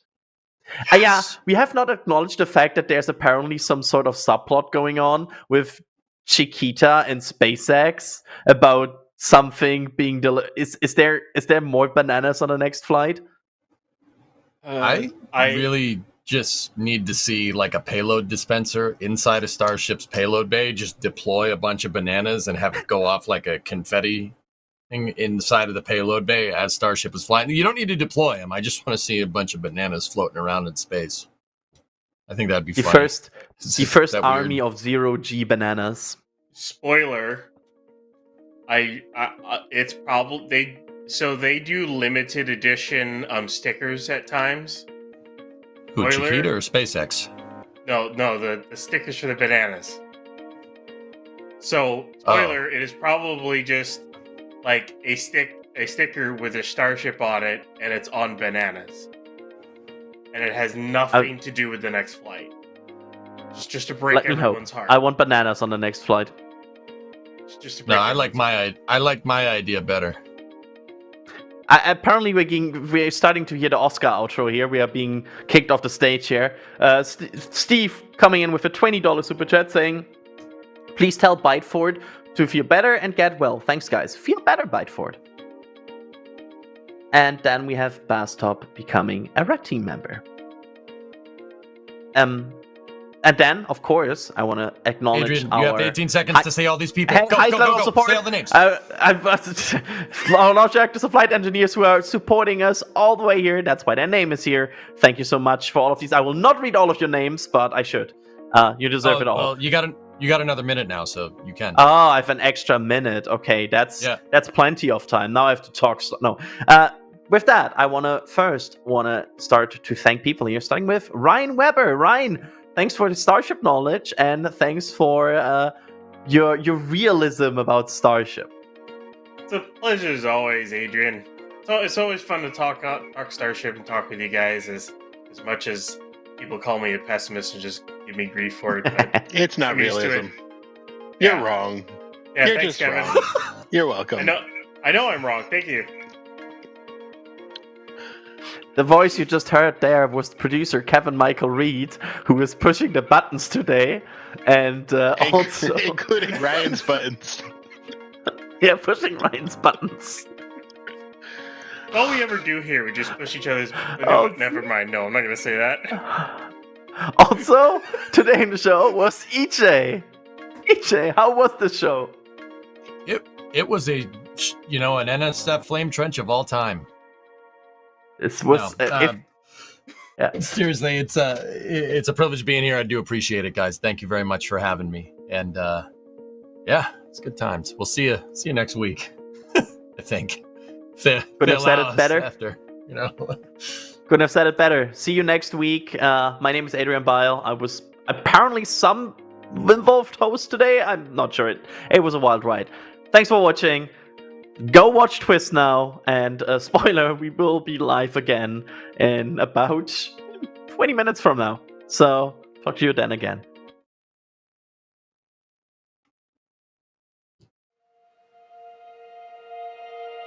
And here we go.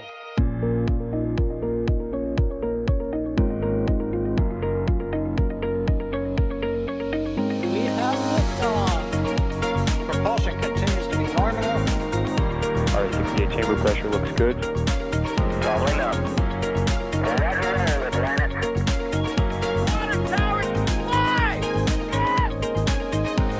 Tango down to nominal. Flighting down to SPD off. Bring in SPD off. It's orange! 145! Oh my god! Oh my god! Decollage. What is it? Put that in the big bag, 343 unfolds to go. Indeed. We rise together, back to the moon and beyond. The methane will be igniting in the flare, correct? Yikes. You read? Sure. We don't need any more of these.